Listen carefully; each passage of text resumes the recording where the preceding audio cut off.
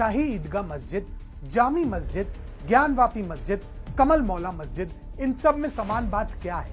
वास्तविकता में इन मस्जिदों और 6 दिसंबर 1992 को गिराई गई बाबरी मस्जिद में कोई खास अंतर नहीं है, क्योंकि ये भी तो या तो मंदिरों को तोड़कर बनाई गई है या थोड़ा बहुत ढांचा बदल के इन्हें मस्जिद का नाम दे दिया गया है।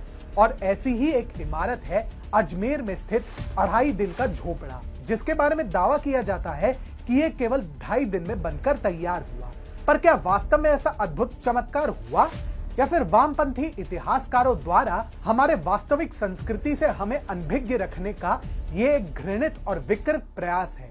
नमस्कार, स्वागत है आपका TFI, भारत का सबसे बड़ा ऑल्टरनेटिव न्यूज मीडिया पोर्टल में। और मैं अनिमेश पांडे आज आपको अवगत कराऊंगा अजमेर में स्थित 2.5 दिन का झोपड़ा नामक तथाकथित मस्जिद की वास्तविकता से, और मैं इस बात पर भी प्रकाश डालूंगा कि कैसे हमें इतिहास के नाम पर विभिन्न माध्यमों से सफेद झूठ पढ़ाए गए और कैसे हमें वास्तविक सभ्यता और संस्कृति से अनभिज्ञ रखा गया। तो अविलंब आरंभ करते हैं। तो ये 2.5 दिन का झोपड़ा आखिर है किस चिड़िया का नाम? क्या ये वास्तव में कोई झोपड़ा है? कदापि नहीं। ये असल में एक मस्जिद है जिसपे दावा किया जाता है कि ये अल्लाह की रहमत से 2.5 दिन में तैयार हो गया था। चल झूठा। अरे रुकिए, मोहल्ले की आंटियों की भांति जज मत कीजिए, ये तो मात्र प्रारंभ है।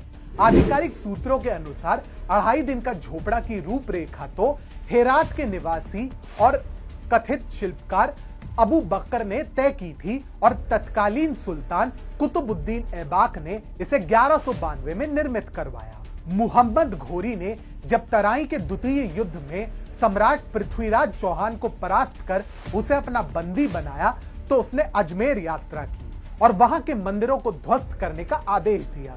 यहीं से 2.5 दिन का झोपड़ा की नींव पड़ी, जो भारत के सबसे प्राचीन मस्जिदों में से एक मानी जाती है। परंतु इसका 2.5 दिन का झोपड़ा के नाम से क्या वास्ता? जनश्रुतियों के अनुसार इस नाम के पीछे 2 कारण हैं। एक तो वहां पर 2.5 दिन का मेला लगता था, जिसकी पुष्टि आर्कियोलॉजिकल सर्वे ऑफ इंडिया के वेबसाइट पर की गई है, और दूसरा ये कि सुल्तान कुतुबुद्दीन ऐबाक ने इस भवन को कथित तौर पर मात्र 2.5 दिन में निर्मित करवाया। अब आप चाहे अत्याधुनिक तकनीक को टेलीपोर्ट ही क्यों ना करवा लीजिए, पर 2.5 दिन में तो इमारत की नींव भी ढंग से मजबूत नहीं हो पाती। निर्माण की बात तो छोड़ ही दीजिए। तो क्या अजमेर के 2.5 दिन का झोपड़ा वास्तव में एक सनातनी भवन है? निसंदेह यही सत्य है, क्योंकि जो साक्ष्य है और जो अवशेष है वो इसी ओर संकेत देते हैं।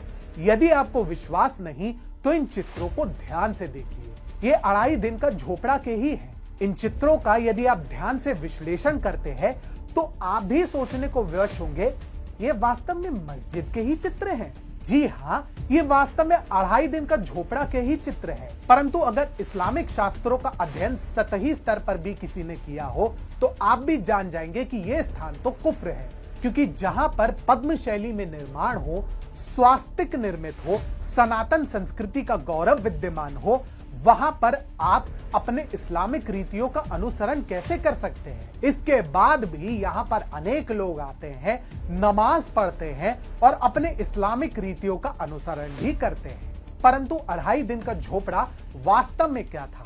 इतिहासकार हरविलास शारदा की माने तो यह भवन वास्तविक संस्कृत महाविद्यालय था, जिसकी नींव चाहमणा वंश के सम्राट विग्रहराज चतुर्थ ने रखी, जब अजमेर का नाम वास्तव में अजयमेरू था। सम्राट विग्रहराज चतुर्थ उन्हीं सम्राट पृथ्वीराज चौहान के पूर्वज थे, जिन्होंने मुहम्मद घोरी को तराई के प्रथम युद्ध में परास्त किया था, परंतु अपने ही आदर्शवाद की वह भेंट चढ़ गए थे। लेकिन जिस प्रकार से इस भवन की नींव पड़ी है और जिस प्रकार से इसकी कलात्मक शैली मां सरस्वती जैसे देवी देवताओं का गुणगान करते हुए दिखाई पड़ती है, इसकी नींव और भी गहरी प्रतीत होती है। कहते हैं कि अजयमेरू यानी अजमेर की स्थापना सरस्वती नदी के तट पर हुई थी, और ऐसा तो हो ही नहीं सकता कि सरस्वती सिंधु सभ्यता के अवशेष का कोई भी अंश ना बचा हो। क्या अजमेर में स्थित 2.5 दिन का झोपड़ा की जड़ें वास्तव में इस पवित्र और प्राचीन सभ्यता से जुड़े हुए हैं?